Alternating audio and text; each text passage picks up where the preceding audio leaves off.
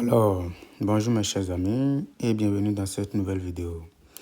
Aujourd'hui, nous allons essayer de calculer cette limite. Il s'agit exactement de déterminer la limite lorsque n tend vers plus l'infini de cosinus de 2 fois la racine carrée de n carré plus n, d'accord, pi. D'accord, le pi n'est pas à l'intérieur du radical, très important. Et donc, qu'est-ce que nous allons faire? Nous pouvons commencer par regarder la limite lorsque n tend vers l'infini de 2 racine carrée de n carré plus n, le tout pi, par exemple. D'accord?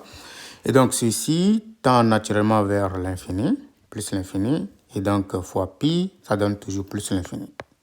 Donc, on voit que la fonction cosinus n'a pas du tout de limite en plus l'infini. Donc, on a envie de dire que, bon, tout de suite, on va dire que la limite n'existe pas parce que cosinus n'a pas de limite en plus l'infini. Mais il faut faire attention. Ici, très généralement, comme vous pouvez le savoir, lorsqu'on dit n tend vers plus l'infini, c'est comme au niveau des suites numériques, par exemple, où tout simplement, vous devez savoir que le n tend vers plus l'infini, mais en étant un entier naturel. D'accord? C'est pas la même chose lorsqu'on dit le ins tend vers plus l'infini. D'accord? Ça, on considère que le ins est un réel. D'accord? Mais ici, le n tend vers plus l'infini, mais le n est un entier naturel. Donc, n, d'accord, fait des pas, mais en étant des entiers naturels. Donc, qu'est-ce que nous allons faire ici? Nous allons utiliser quelques propriétés rapides, vous allez voir tout de suite. Quand je prends par exemple cosinus de 2a, tout le monde est d'accord que si vous voulez, hein, ça fait cos carré de a moins sin au carré de a. Et donc ceci, ça fait cos au carré de a moins, entre parenthèses, 1 moins, d'accord, cos carré de a. Là, j'utilise la propriété cos carré plus sin carré égale à 1.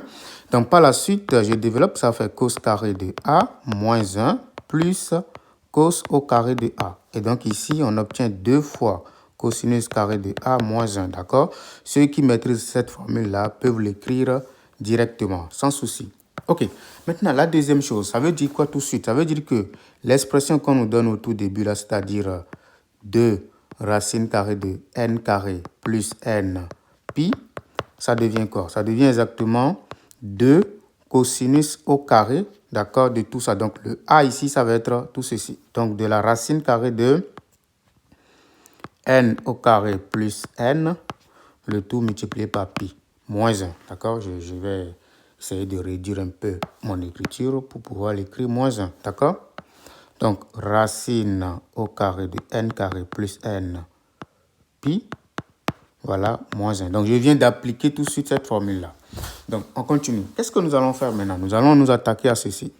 En fait, cosinus a de belles propriétés, d'accord? Nous savons tous que si nous prenons le cosinus, d'accord, de x, par exemple, c'est exactement, d'accord, moins 1 exposant. Bon, je ne vais pas essayer d'écrire des choses qui sont beaucoup plus difficiles à cerner, d'accord? Ce que je veux dire, c'est que si nous prenons par exemple cosinus de, disons, cosinus de x, c'est égal à cosinus de, disons, x moins 2pi par exemple. Parce que le cosinus est une fonction périodique de période de pi. Mais quand je prends cosinus de x moins pi, d'accord, là, ça change, ça donne moins cosinus de x.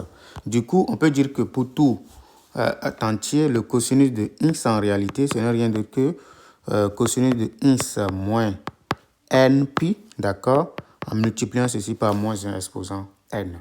Qu'est-ce que je veux dire concrètement? Ça veut dire que dans notre cas précisément, quand nous prenons le cosinus de racine carrée de n carré plus n pi, qui est ici, je parle exactement de ça. D'abord, après, je vais prendre le carré.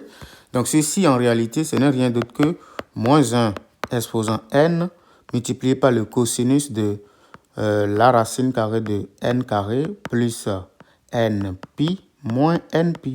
D'accord? Et donc, quand je prends le carré de tout ça,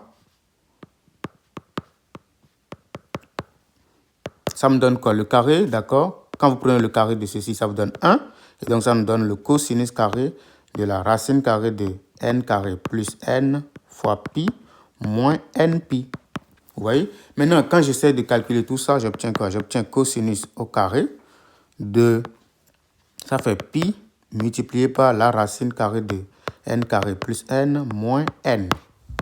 Vous voyez? Donc, je peux maintenant calculer cette limite-là. La limite, lorsque n tend vers plus l'infini de la racine carrée de n carré plus n moins n, ça c'est égal, d'accord? Ça c'est plus l'infini, ça c'est plus l'infini, ça fait une détermination. Et donc là, on peut faire l'expression conjuguée rapidement. Donc quand je prends l'expression conjuguée, ça devient quoi? La racine carrée de n carré plus n moins la racine carrée moins n, pardon. Facteur de la racine carrée de n carré plus n plus n.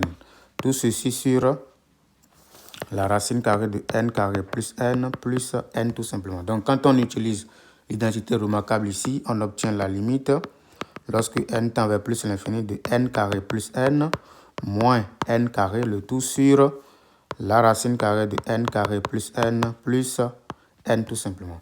Et donc, au numérateur, on obtient la limite lorsque n tend vers plus l'infini de n divisé par la racine carrée de n carré plus n. Donc, on peut maintenant prendre n en facteur. Ça fait n facteur de 1 sur... Donc, on fait la même chose ici. Puisque le n tend vers l'infini, j'obtiens n facteur de la racine carrée de 1 plus 1 sur n plus 1, tout simplement. Et donc, ici, on obtient la limite lorsque n tend vers plus l'infini de 1 sur la racine carrée de n carré. 1 plus 1 sur n plus maintenant 1. Et ceci, ça donne exactement 1 demi parce que tout ceci tend vers 2. D'accord? Et donc, qu'est-ce qu'on vient d'obtenir? Il faut faire beaucoup attention. On vient d'obtenir que tout ceci, tout ce que nous voyons ici, là, tend en réalité vers 1 demi. Donc, le cosinus de... Ça va faire... Tout ceci va tendre vers pi demi parce que nous avons obtenu que ceci tend vers 1 demi. Donc, tout ceci tend vers pi demi. Or, cosinus carré de pi demi, c'est 0. Donc, du coup, nous avons déjà montré en quelque sorte que tout ceci donne 0. Et donc, la limite donne moins 1. Vous voyez? Donc, on va conclure simplement que la limite, lorsque n tend vers plus l'infini de cosinus de 2 racine carrée de n carré plus n fois pi, en réalité, c'est égal à moins 1. Voilà, donc il faut faire beaucoup attention, d'accord, quand vous voulez manipuler les limites à l'infini, d'accord. Surtout quand on dit le n tend vers l'infini, ça veut dire que le n prend des entiers, prend des valeurs entières, d'accord. Donc il faut faire attention, c'est pas la même chose lorsque le x, d'accord, pour x réel, d'accord, le x va tendre vers plus l'infini, c'est pas la même chose. Donc cette limite c'est moins 1 et non. La réponse, ça n'existe pas. Parce que certains vont penser que cette limite n'existe pas alors que c'est faux. Voilà, merci d'avoir regardé cette vidéo.